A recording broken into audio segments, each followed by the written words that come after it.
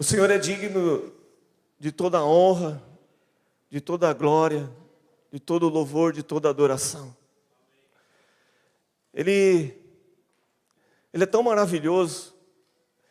Ele tem feito tantas coisas pela nossa vida. Ele tem feito tantas coisas na nossa história, na nossa casa. O Senhor tem sido bom. Em todo o tempo o Senhor tem sido bom. Mas eu confesso que a maior luta que eu passo, e talvez é a luta que você passa, é uma luta de nós sermos constantes no relacionamento nosso com Deus. Nós sabemos que Deus é bom. Nós sabemos de tudo aquilo que Ele tem feito nas nossas vidas. Mas uma grande luta que passamos é de nós sermos constantes. Não sei se é a sua luta, mas é algo que eu vivo com isso. Eu passo muito por isso na minha vida, de ser constante com Deus, no meu relacionamento com Deus. E é muito interessante porque quando nós estamos numa constância de buscar a Deus, de buscar as coisas de Deus, nós temos um relacionamento profundo com Deus e quando as situações acontecem na nossa vida, lutas, perseguições, acusações, lutas que passamos, financeiras, de enfermidades, passamos por tantas coisas na nossa vida, mas quando nós estamos numa constância, quando nós estamos num nível alto de relacionamento com Deus, nós passamos por essas lutas e nós não deixamos nos abater com essas lutas.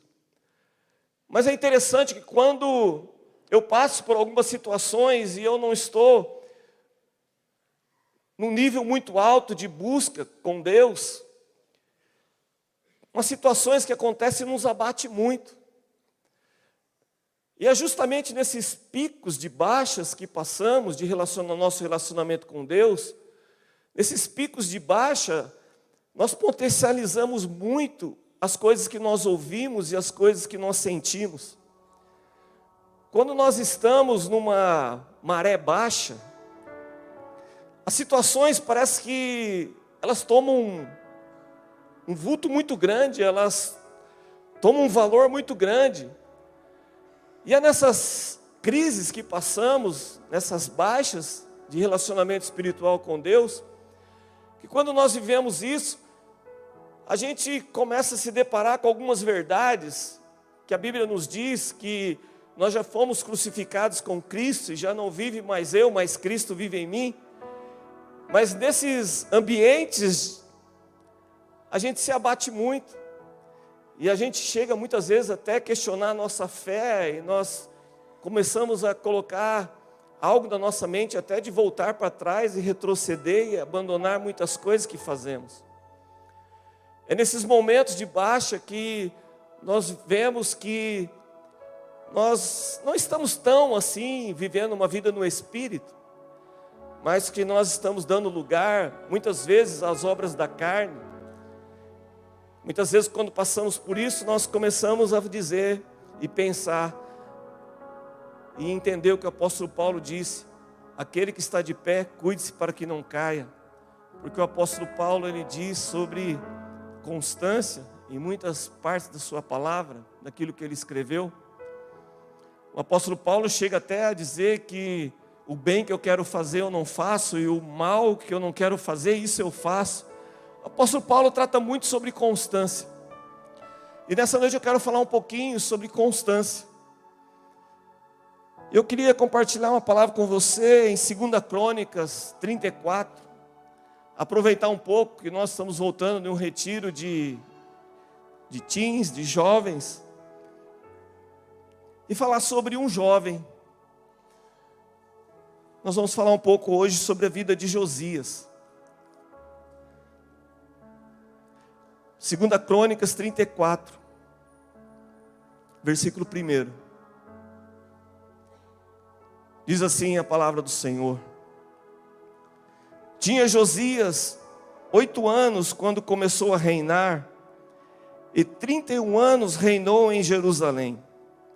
E fez o que era reto aos olhos do Senhor, e andou nos caminhos de Davi, seu pai, sem se desviar deles, nem para a direita e nem para a esquerda. Aqui que fala que nos caminhos de seu pai Davi, não, está querendo dizer do seu antepassado Davi.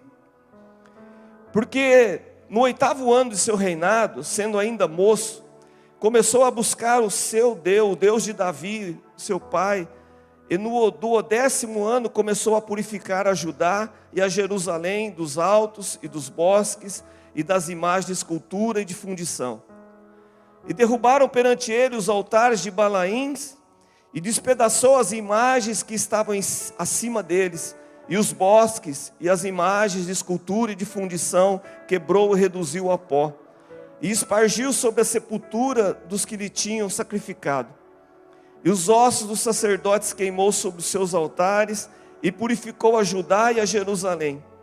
O mesmo fez na cidade de Manassés, e de Efraim, e de Simeão, e ainda até Naftali, e em seus lugares assolados ao redor.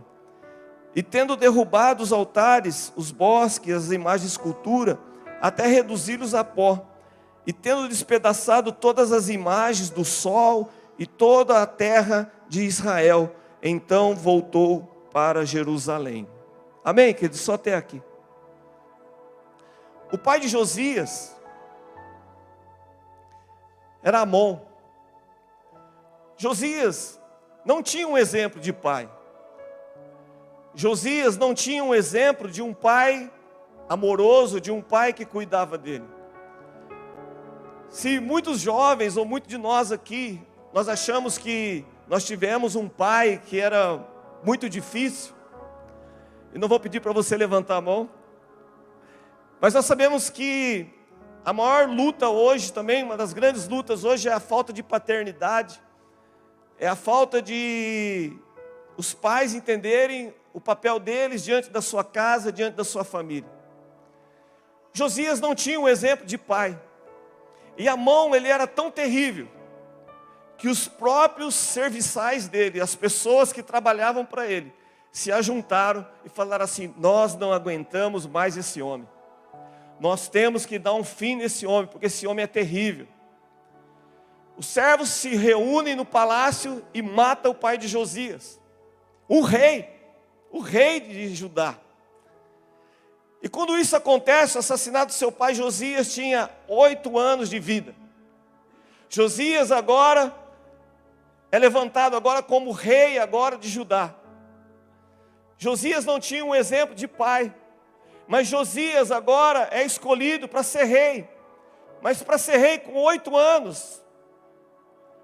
Com 8 anos, uma criança escolhida para um grande propósito.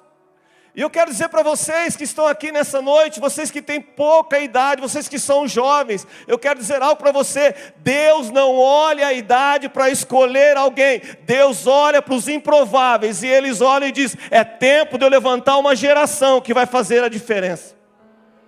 É tempo de eu levantar uma geração que pode não ter bons exemplos, mas Deus vai levantar uma geração que vai reinar, que vai fazer proezas, aquilo que uma geração não fez. Eu profetizo que essa geração vai fazer. E eu não tenho vergonha nenhuma, e onde eu vou eu digo isso.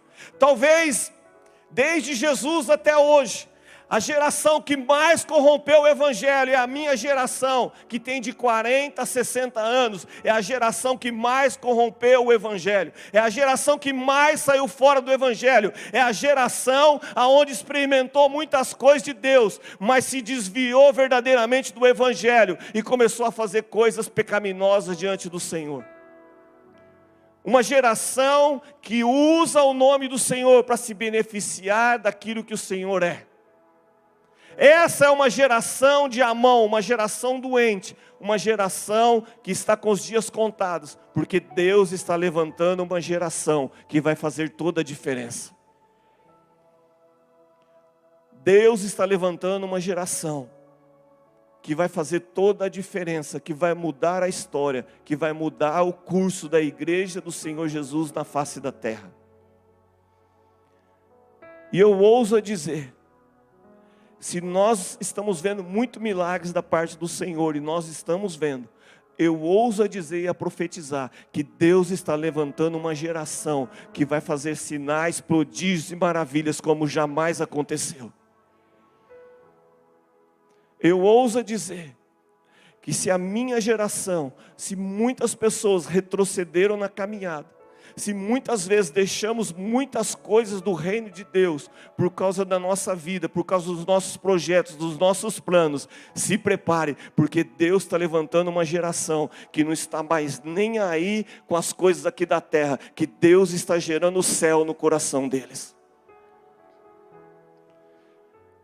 É uma geração totalmente descompromissada com o que está acontecendo aqui na terra, mas eles estão comprometidos com aquilo que os céus estão gerando nesse tempo.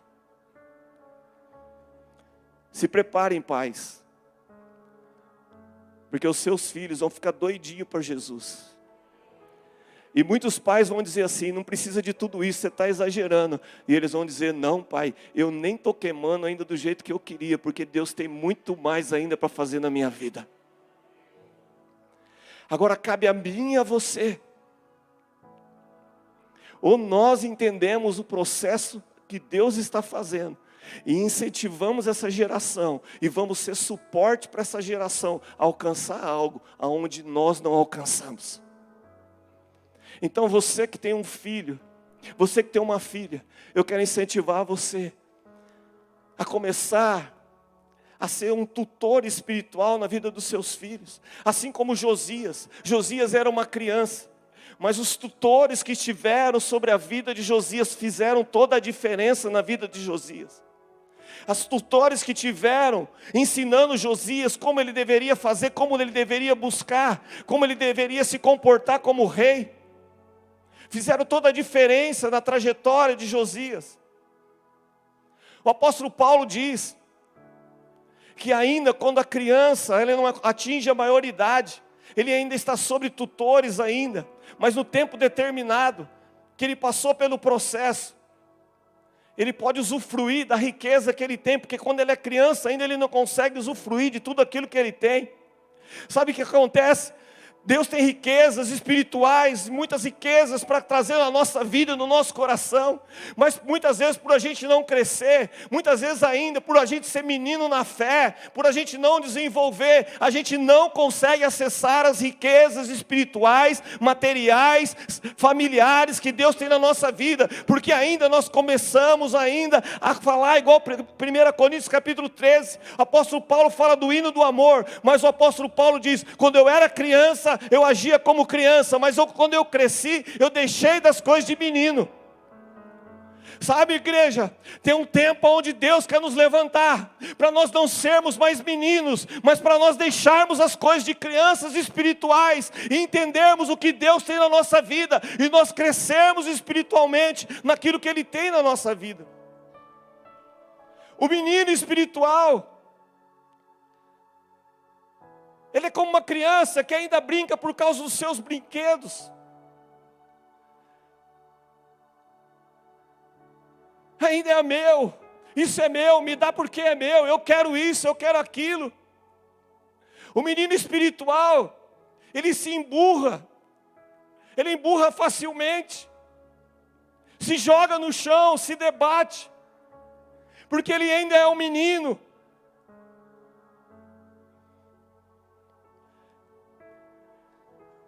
Mas nós temos que atingir uma maturidade espiritual. Nós temos que deixar das coisas de menino.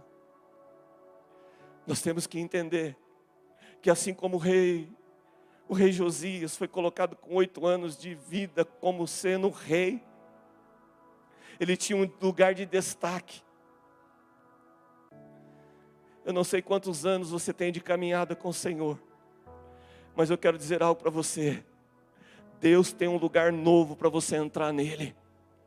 Deus tem uma roupa nova para colocar sobre a sua vida. Deus tem uma roupa espiritual nova. Deus tem uma coroa para colocar sobre a sua cabeça, porque você foi colocado como rei.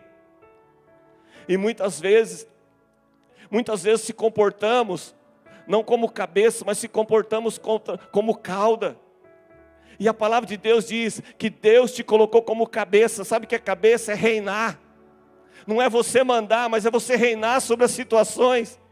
E muitas vezes não reinamos sobre as situações, somos caudas, somos levados pelas circunstâncias, somos levados pelos problemas, somos levados por tantas coisas que acontecem na nossa vida, e nós não nos posicionamos como cabeça, como governante daquilo que Deus tem, porque o Senhor nos colocou para reinar com Ele nas regiões celestiais em Cristo Jesus. E muitas vezes nos abatemos, muitas vezes somos inconstantes na nossa fé, porque não nos colocamos como cabeça, como governante da situação. Ei, eu quero dizer algo para você nessa noite. Deus vai colocar você agora para você dominar a situação, mas para você não ser dominado. Homem nenhum vai dominar você, mulher nenhuma vai dominar você, líder religioso nenhum vai dominar você, porque você é a cabeça. Deus colocou algo no seu coração e é tempo de você se levantar. É tempo de você se levantar com aquilo que Deus tem na sua vida. Josias recebe uma roupa nova. Dá um cutucão no seu irmão aí e fala: irmão, você já recebeu uma roupa nova. Você já recebeu uma roupa nova. Josias recebeu uma veste de rei. Agora ele não era mais o filho do rei, agora ele era rei. Ele recebeu uma coroa. Josias, ele foi cuidado, porque ele sabia quem ele estava ouvindo. Ele ouvia os tutores que Deus tinha colocado na vida dele. E uma grande pergunta que eu faço para você: quem você tem ouvido nesses dias? A voz que você ouvir nesses dias vai determinar onde você chega. Escute bem o que eu vou dizer. Nós ouvimos muitas vozes. Nós ouvimos as vozes das redes sociais. Ouvimos tantas coisas. E ouvimos tantas situações. E tem pregação de tudo. Tudo que você quiser de pregação. Hoje é só você entrar no YouTube. É só você pesquisar. Quais são as vozes que eu e você temos ouvido? As vozes que nós ouvimos vai determinar o nosso futuro, aonde nós vamos chegar. Josias, diz a palavra de Deus que nós lemos aqui. Josias, aos 16 anos, 8 anos depois, com 16 anos, Josias, ele entende uma coisa: é tempo de mudar, é tempo de fazer algo, é tempo de eu conhecer mais a Deus. Um jovem com 16 anos, ele resolve conhecer mais a Deus, ele resolve ficar mais íntimo de Deus. Assim como tem muitos jovens aqui nessa noite, de 16, 14, 12 anos, eles resolveram deixar sua família, deixar as suas coisas, os seus joguinhos, deixar tantas coisas, e eles falaram: eu preciso conhecer mais a Deus. E é tremendo que quando nós nos dispomos a conhecer a Deus, nós entendemos que a palavra de Deus diz: achegai-vos a mim e eu vos achegarei a vós. Irmãos, o que aconteceu ontem à noite foi algo tremendo da parte do Senhor. Nós saímos de lá, acho que era 00:30, 1h, e eles estavam todos queimando pela presença do Senhor, eles estavam buscando a Deus, batismo com o Espírito Santo. Tem uns mais fominha, que nem aguentou a glória de Deus, pacotou no chão lá e ficou lá. É o apóstolo Milani. E todo mundo queria tirar ele lá do chão, e a pastora falava: deixa ele aí. Deixa ele aí. E ele só chorava. E ele só queria a glória de Deus, e a presença de Deus, e aquele mover do Espírito Santo. O poder descendo ali, e eles querendo mais de Deus. O único guindaste que conseguiu tirar ele de lá depois de 1h30 foi o pastor Marcelo, que foi lá e puxou ele. Querer conhecer mais a Deus. Uma geração que falava assim: quando eu tiver uma idade eu vou buscar a Deus. Não, Deus está levantando uma geração que diz assim: nós queremos conhecer a Deus agora. Nós queremos conhecer a Deus agora, nós queremos ser os improváveis. Nós queremos ser os improváveis, mas escolhidos por Deus. Nós queremos viver algo que se uma geração não viveu, nós queremos viver isso nas nossas vidas. O rei Josias, com 16 anos, buscou no seu coração em conhecer a Deus. Aos 18 anos, Josias entendeu que não bastava apenas conhecer a Deus. Josias entendeu que ele tinha que fazer mudanças. Josias entendeu que era tempo de mudar muitas coisas. Um jovem não mediu os desafios de um povo que estava idólatra, afastado de Deus. Josias entendeu, eu vou pagar um preço, mas as circunstâncias, as situações não vão ser mais as mesmas. Eu vou dedicar a minha vida, eu vou correr o risco com a minha própria vida, mas essa terra não será mais igual. Queridos, eu quero dizer algo para você. Esses jovens estão indo para suas casas com um compromisso da casa deles não ser mais iguais, do pai e a mãe deles não ser mais iguais, eles vão fazer a diferença. A verdadeira igreja não começa aqui no templo, a verdadeira igreja começa dentro da nossa casa. E os filhos estão entendendo isso. E os filhos, se preparem, pais, porque se você pegava no pé do seu filho, se prepare, porque os filhos agora vão começar a pegar no seu pé.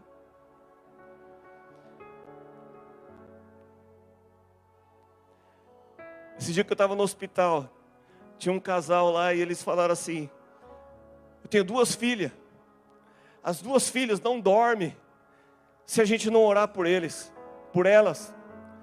As 2 filhas não fazem nada sem antes falar assim: ora por nós. Então se prepare, pais, porque vocês estão recebendo os filhos que vão estar queimando e vão incentivar você a viver coisas novas em Deus. Se o seu filho não foi, se o seu filho está distante,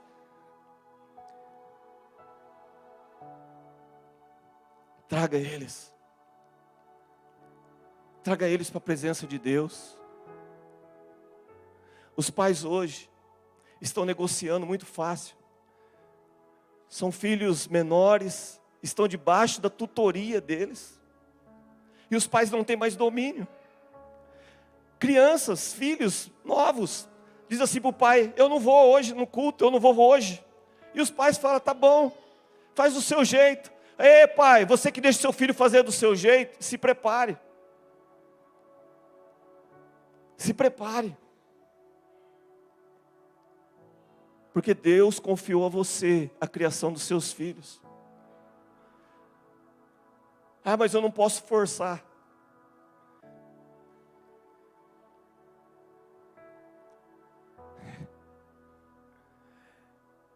Domingo de manhã todo mundo ia jogar bola. E meu pai falava: você não vai jogar bola, você vai para o culto. Eu ia bravo, marrento.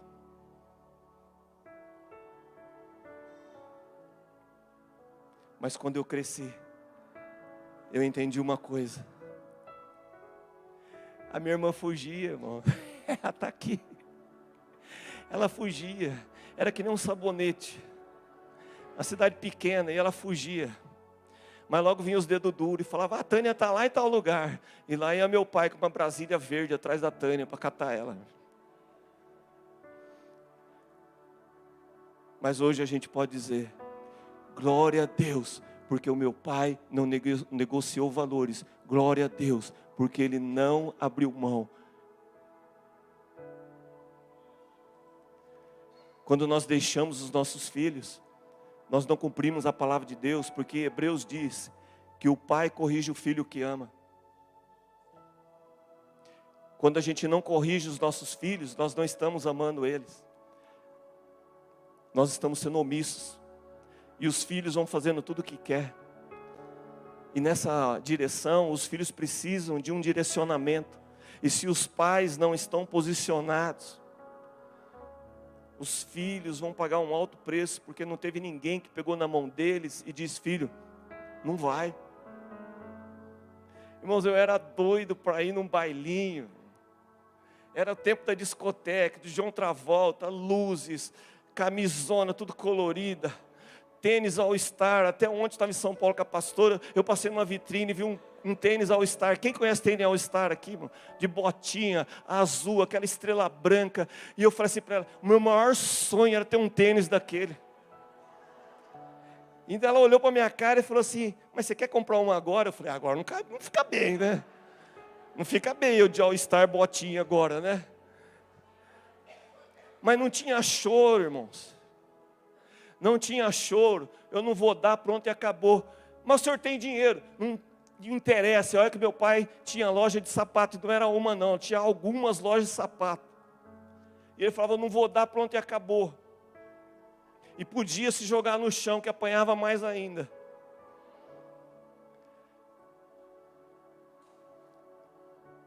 Irmãos, para a gente viver uma geração de Josias, que vai fazer a transformação, nós vamos ter que deixar de ser omissos. E vamos ter que amar através da correção, através do direcionamento. Eu nem sei porque eu estou falando isso, nem era para eu falar isso, mas é para falar, porque o Espírito Santo está querendo tratar a igreja nessa noite com isso. Não abra mão dos seus filhos, irmãos. Se você não discipular os seus filhos, o mundo vai discipular. Diga para um pai, para uma mãe que está perto de você aí, diga para ele, se você não discipular o seu filho, o mundo vai discipular. O mundo vai discipular. O mundo está oferecendo aí, Barbie. Vocês viram o trailer da Barbie? Vocês acham que aquilo lá é filme de criança? O mundo está discipulando. E muitos de nós, a gente acaba entrando, porque o mundo está falando, e a gente vai no mundo, o mundo está falando, o mundo está ditando regra, a gente está falando. Ei, mas nessa noite nós precisamos levantar como tutores espirituais. Como tutores espirituais, para que uma geração não seja perdida, para que uma geração alcance algo que nós não conseguimos alcançar. Não é não. Não é não. Não pode, não pode. Mas o Senhor não me ama. Não, eu te amo, por eu te amar. Você não entende isso, mas por eu te amar, eu não vou deixar você fazer isso. Eu não vou permitir que você faça isso. Os filhos precisam de limites. Nós precisamos dar limites para os nossos filhos. E se nós não dermos limite para os nossos filhos, eles serão totalmente desregrados.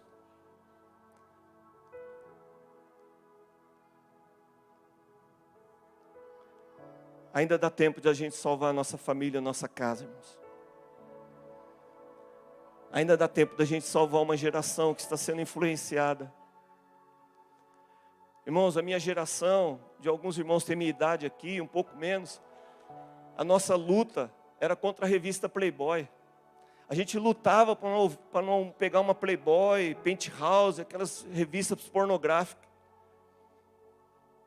Mas só tinha na banca.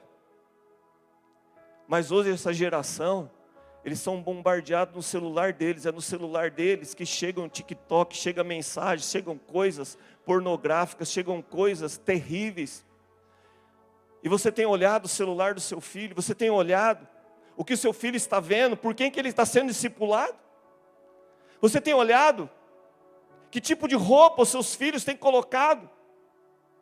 Você tem olhado como que ele está se movendo? Você tem olhado, você tem sentado, o seu filho tem abrido o coração com você, você sabe o que está passando no coração desses jovens? Você sabe qual é as lutas que eles passam? Porque eu posso dizer algo para você, as lutas que eu e você passamos, não se compara com o que essa geração está vivendo.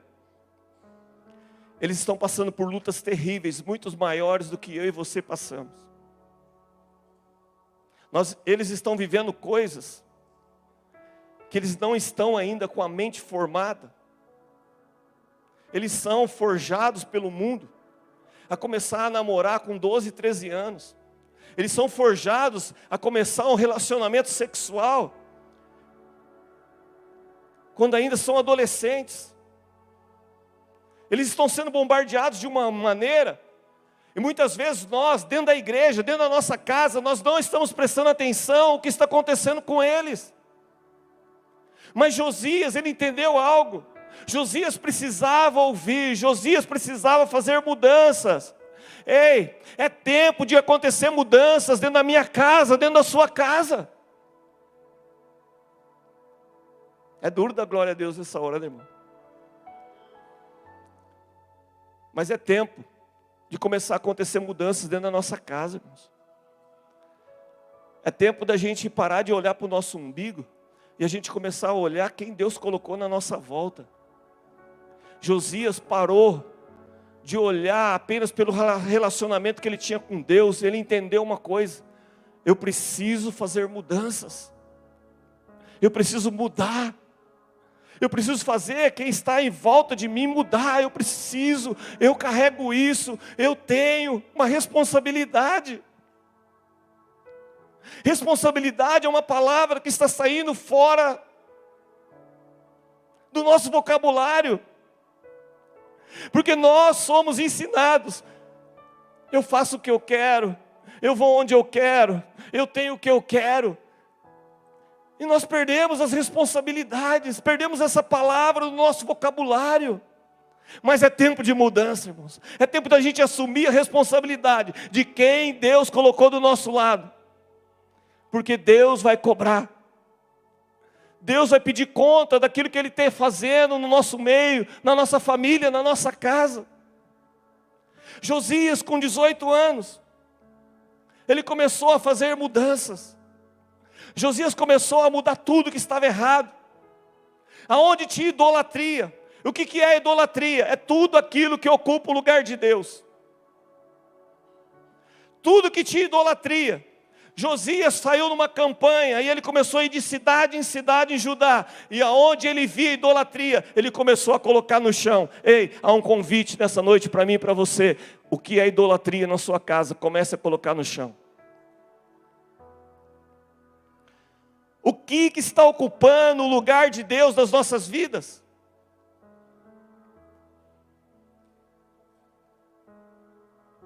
O que está ocupando o lugar de Deus nas nossas vidas? O lazer pode estar ocupando o lugar de Deus nas nossas vidas e pode estar se tornando uma idolatria. Tudo aquilo que ocupa o lugar de Deus nas nossas vidas se torna uma idolatria. E Josias, ele entendia uma coisa: chega, tem que acabar o tempo de idolatria. Nós temos que restaurar novamente a nossa busca a Deus.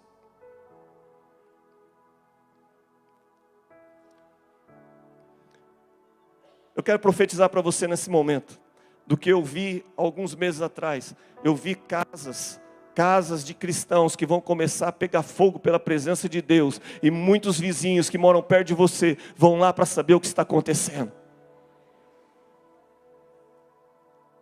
Se prepare, porque se cair por terra a idolatria dentro das casas, se prepare, que a glória e a unção de Deus vai ser tremenda e uma grande revolução vai acontecer.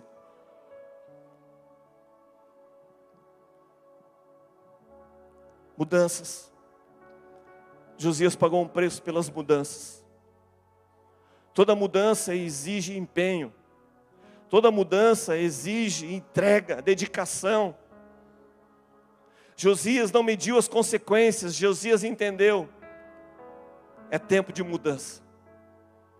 É tempo da gente mudar as coisas aqui dentro de casa.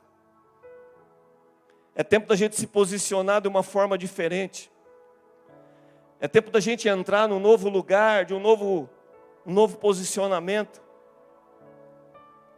E toda mudança gera confronto, gera atrito. Mas toda mudança com propósito vai trazer grandes resultados. Ei, você quer que o seu casamento melhore?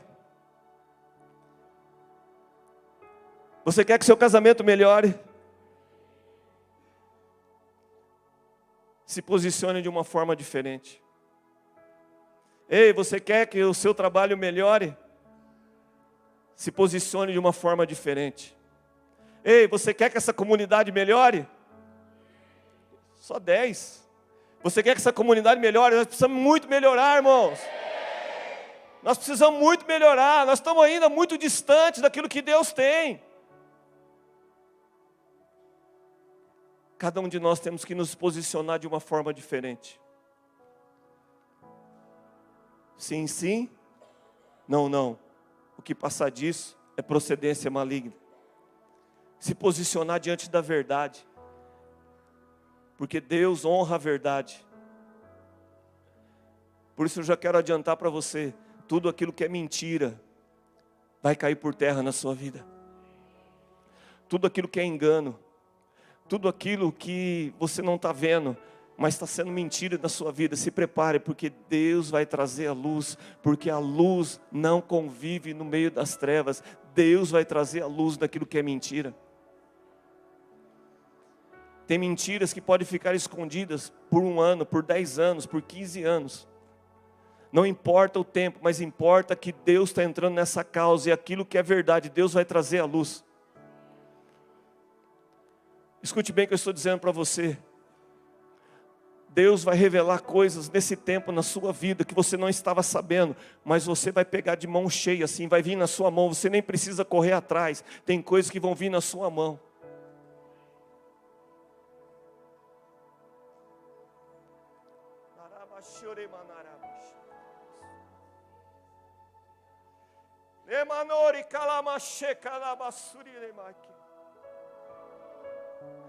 Estão mentindo para você há muito tempo, mas nessa noite há uma palavra que está rasgando o céu nessa noite, e Ele está vindo com a verdade, e Ele honra a verdade. Ele não honra pessoas, Ele honra a verdade, e Ele vai promover a verdade na sua vida, porque aquilo que é mentira, o Senhor vai remover a mentira, e Ele vai trazer a realidade da sua vida. É tempo de uma nova realidade, é tempo de uma verdade vir à tona na sua vida, na sua história. Se prepare, porque quando você ficar sabendo disso, você vai levar um chacoalhão, e você vai achar que acabou tudo. Não, querido, oh querida de Deus, não acabou tudo pelo começo. É pelo começo que Deus vai começar. Quando você achar que acabou tudo, Deus vai pegar aquela mentira que você acha que jogou você no chão, Deus vai começar a colocar aquela verdade novamente, vai trazer uma verdade, e vai começar a edificar coisas novas, coisas poderosas da parte do Senhor. Tem mentiras aqui nessa noite que está caindo por terra. Tem enganos. Tem enganos. Lamachore balaço. Oremassuri calamias.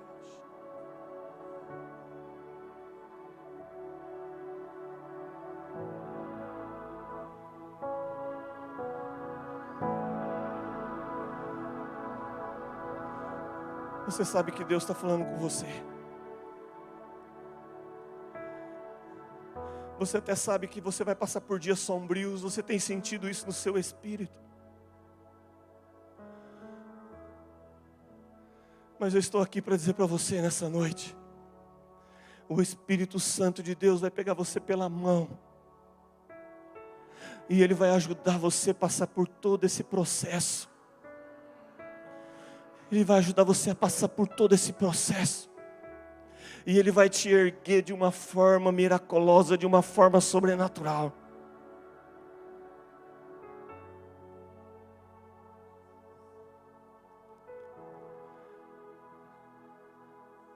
A inconstância na nossa vida gera morte. Eu vou adiantar aqui com as minhas palavras. 2 Crônicas 35. Josias agora não tem mais 18 anos. Josias agora já tem 39 anos. Josias agora adquiriu um coração de rei. Josias agora é conhecido. Josias agora é famoso. Josias agora tem um reino que está indo tudo bem. E o grande problema da minha e da sua vida é quando tudo vai bem. Quando as coisas vão muito bem, é muito perigoso. Porque a gente entra num ambiente de conforto. E crente na zona de conforto é um perigo. crente que serve ao Senhor na zona de conforto é um perigo, porque isso pode gerar morte. Josias agora está com 39 anos. Josias agora conhece a Deus. Josias foi usado por Deus. Josias era conhecido como um homem de Deus. E isso eu tenho medo, eu temo isso diante de Deus. Porque cada pessoa que olha e diz assim para mim: você é um homem de Deus, dentro de mim eu tremo.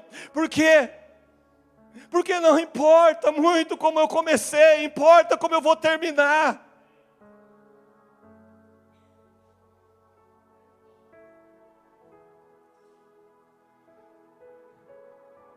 Josias estava numa zona de conforto. Tudo acontecia bem na vida de Josias. Até que acontece algo. Até que acontece algo. Que acontece na minha e na sua vida quando tudo vai bem. Quem aqui já passou por isso? Que tudo está indo bem e de repente acontece algo e tudo muda. Você sabe o que eu estou dizendo. Está tudo bem. Agora vem o faraó do Egito e chama Josias para uma conversa. E o faraó do Egito ainda honra Josias. E fala para Josias: Josias, o meu problema não é contra você. Josias, Deus mandou eu vir falar com você. Porque Deus está me levantando nesse tempo para eu combater um exército inimigo, o exército da Síria. E eu não quero lutar contra você, Josias. Eu apenas quero que você reconheça que Deus está comigo.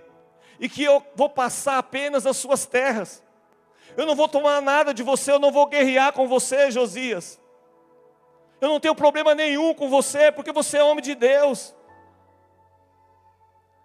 Mas Josias foi pego numa fase da vida dele que ele estava inconstante com Deus. E Josias não reconhece a voz de Deus, porque veio do faraó. Como que pode Deus falar com o faraó? E ainda falar para o faraó: vai logo, apresse, porque eu tenho pressa de usar a sua vida. Josias não entende o processo profético daquela época. E Josias, ele se entra numa batalha que não era para ele entrar. A Bíblia vai dizer que Josias sai daquela reunião, troca suas vestes, tira a veste de rei e coloca agora uma veste de soldado. Ei, eu quero dizer algo para você. Todas as vezes que eu e você trocamos as nossas vestes e não assumimos aquilo que nós somos em Deus, nós vamos pegar batalhas que não era para a gente entrar. Sabe, muitas derrotas que nós temos na nossa vida é porque nós entramos em batalhas onde não era para entrar. Entramos em batalhas onde Deus avisou: olha, não vai por esse caminho, não entra nessa guerra, não põe a mão, porque se você pôr a mão, você vai pegar a prova do outro. A guerra de Neco do Egito não era contra Judá, é contra a Síria, ele só ia passar por aquele processo. Muitas vezes colocamos a mão em coisas que não é para colocar. Muitas vezes entramos em batalhas que não são nossas batalhas.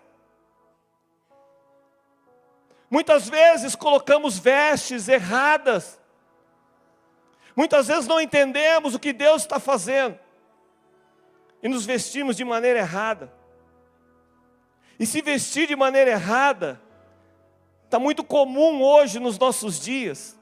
Não nos vestimos de maneira correta espiritualmente, muitas vezes não nos vestimos de maneira correta fisicamente.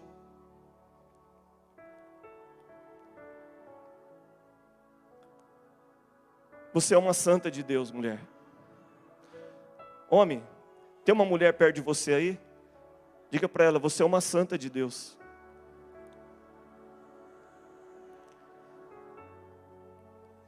Portanto, coloque a veste certa. Se olhe no espelho e pergunte para o Espírito Santo: Espírito Santo, Está tudo ok? Está tudo ok aqui? Está mostrando alguma coisa? Está mostrando alguma coisa? Nós não somos uma igreja que pregamos doutrina de comprimento de roupa. Você sabe disso. Mas está assustando as festas que a gente vai. As mulheres que são santas estão se vestindo de uma maneira mais chamativa daquelas que nem conhecem o Senhor. Que tipo de veste estamos colocando?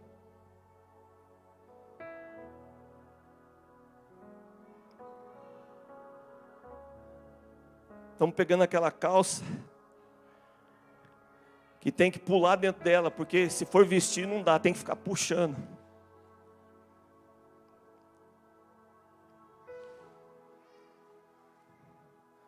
Que tipo de veste estamos colocando?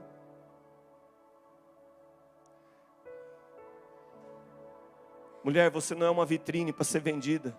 Você foi comprado com alto preço do sangue de Jesus Cristo. Ele pagou o alto preço do sangue dele na cruz do Calvário para tornar você santa. Para tornar você uma luz onde você for. E não uma vitrine ambulante. E não uma vitrine para se expor. Para gerar cobiça na vida dos homens. Para gerar cobiça na vida de outras mulheres. Porque eu ouvi falar, não sei se é verdade. O homem se veste para agradar a esposa.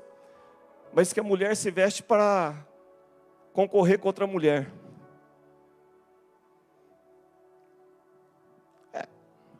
Do mundo. Correção aqui. Que vestes estamos colocando? Qual tem sido o nosso comportamento? Josias, ele recebeu uma veste real, ele recebeu uma coroa. Você entende, igreja, que foi isso que Deus colocou na minha vida e na sua vida? Deus colocou vestes novas na minha vida, Ele lavou as nossas vestes. Ele renovou o nosso guarda-roupa com vestes santas, colocou sobre a nossa cabeça autoridade. E Josias foi e trocou as vestes reais e colocou uma veste de soldado, e ele entrou numa batalha que não era dele. Josias tinha uma carruagem, tinha um carro de guerra, de rei. Um carro especial, porque Deus nos coloca, irmãos, no meio da batalha. Deus nos coloca em carros especiais, preparados para cada tipo de batalha. Deus nos coloca nesses lugares para a gente caminhar.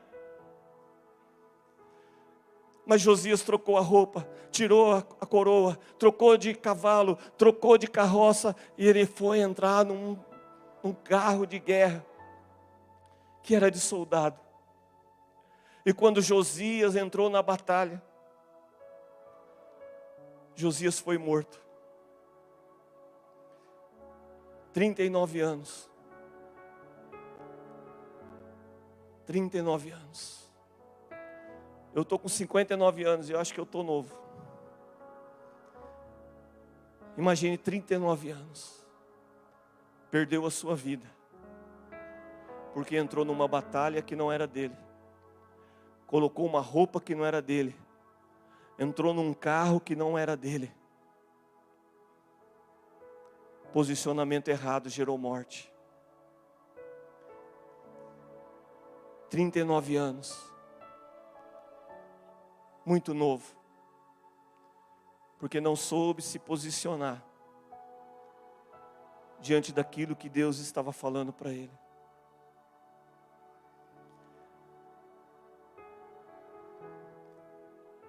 Josias começou muito bem. Teve uma ascensão meteórica. Mas os últimos dias da sua vida, os últimos instantes da sua vida, foi um homem que não discerniu a voz de Deus. Foi um homem que não se posicionou diante das circunstâncias daquele momento.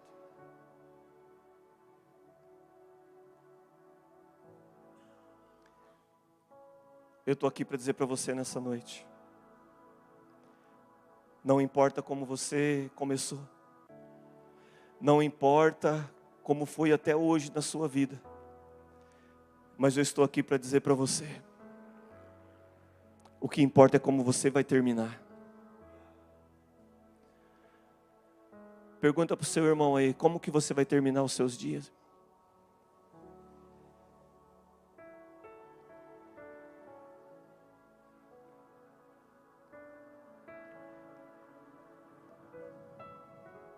Não importa. Seria muito melhor se eu tivesse ouvido a Deus muitas vezes lá atrás. Se eu não tivesse me afastado dos caminhos do Senhor por 6 anos. Teriam muitas coisas que eu não teria pagado a fatura, de muito sofrimento, de muitas perdas. Seria muito melhor. Mas um dia o Senhor disse assim para mim: não importa o que você fez, importa como você vai terminar os seus dias. Importa é como você vai se posicionar daqui para frente. Porque teve reis em Israel que foram terríveis, fizeram coisas terríveis, mas nos últimos dias da sua vida, no meio do cativeiro, eles foram levados para a Babilônia, furaram os seus olhos, mas nos últimos dias da sua vida, nos últimos ciclos da sua vida, eles entenderam: Senhor, perdoa tudo o que eu fiz, Senhor, e começa a escrever uma nova história. E Deus fez algo novo na vida deles. Deus colocou eles na mesa do rei. E é isso que eu estou dizendo para você. Não importa. Não importa. Foi você que pagou o preço dos erros que aconteceram até agora. Mas Deus levanta uma palavra profética para mim e para você nessa noite. O fim será melhor do que o começo. O fim será melhor do que o começo. Há uma restituição de Deus. Há uma restituição de Deus sobre a minha vida e sobre a sua vida. Há uma restituição de Deus nesse lugar. Há um peso de glória que Deus quer derramar sobre a igreja. E eu e você não podemos ficar de fora daquilo que Deus vai fazer. Não podemos ficar de fora da oportunidade que Deus nos coloca.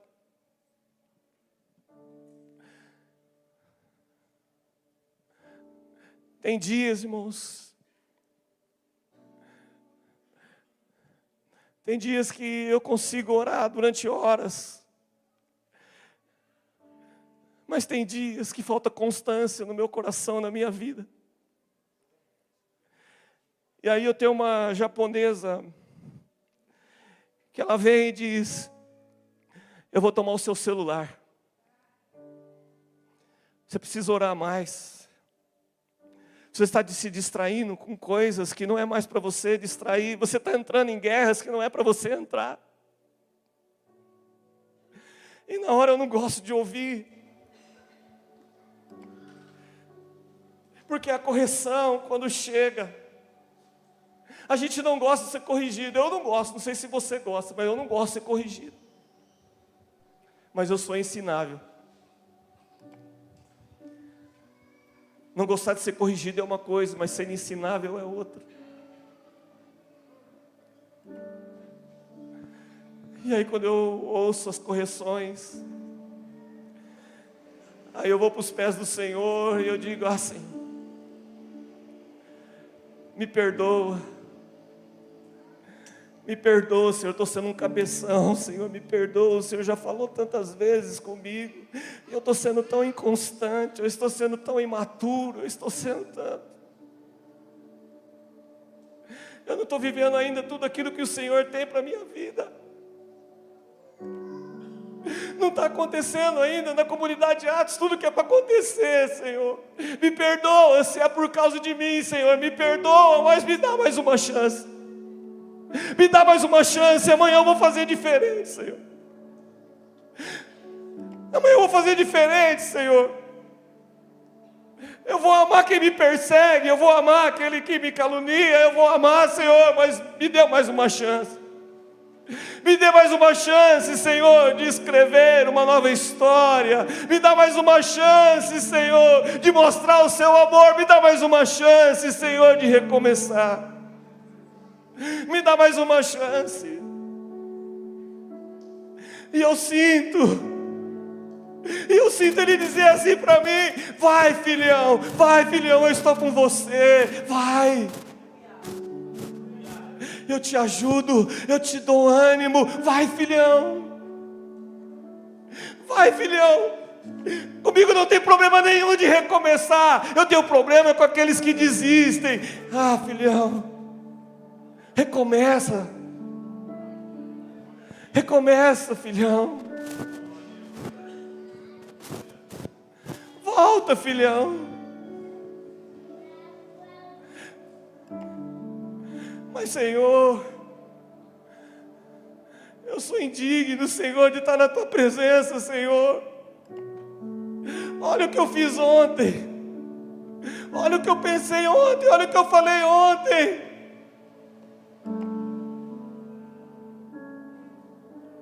Olha como eu estou agindo, Senhor.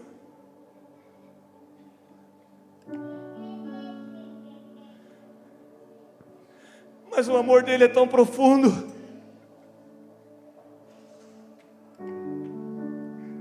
O amor dele é tão profundo. Quinta-feira acabou o culto, eu acabei de sair do altar e desci aqui. E quando eu desci aqui, eu falei: Senhor, eu estou com 59 anos, Senhor. Eu creio que eu não vou ver esse prédio de 7 andares aí no fundo. Eu creio que eu não vou ver muitos dos nossos filhos espirituais ir para as nações. Foi a luta que eu passei no hospital, de muitas coisas na minha mente, no meu coração. Mas quinta-feira, quando acabou o culto, eu desci aqui, veio um profeta marchando por esse corredor e ele disse assim para mim: Deus manda dizer para você que você vai ver obras maiores do que Ele tem colocado no seu coração. Como que eu não posso amar esse Deus? Como que eu não posso desejá-lo mais do que tudo? Que Ele não olha para as minhas fraquezas, que Ele não olha para as minhas pisadas de bola, mas Ele olha e diz: é tempo de recomeçar. É tempo de recomeçar.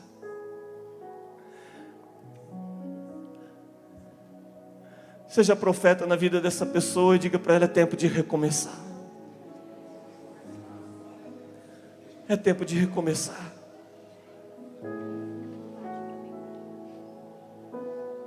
É tempo de recomeçar. É tempo da gente ser mais firme, mais constante. Sede firmes e constantes e abundantes na obra do Senhor, sabendo que o vosso trabalho não é vão no Senhor. Ei, tudo aquilo que você fizer, o Senhor vai te recompensar. Ninguém de nós, nenhum de nós fazemos nada sem a recompensa do Senhor, porque Ele é galardoador daqueles que o buscam. Daqueles que o buscam. Daqueles que rasgam o seu coração diante dele e diz: Senhor, eu preciso de Ti. Eu preciso de Ti, Senhor, eu preciso. Não deixe a idade, a experiência tirar de nós um coração aquebrantado. Como é bom você conversar com alguém que você começa a contar testemunho e aquela pessoa começa a chorar e as lágrimas rolam, porque são pessoas que têm experiência, mas não deixaram a experiência roubar a presença. Não deixe a experiência roubar a presença.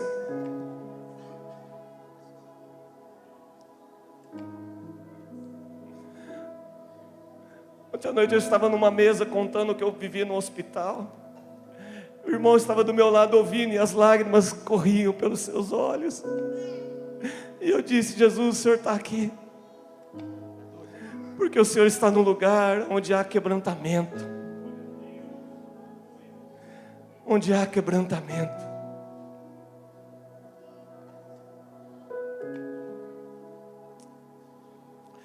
Ó Espírito Santo de Deus.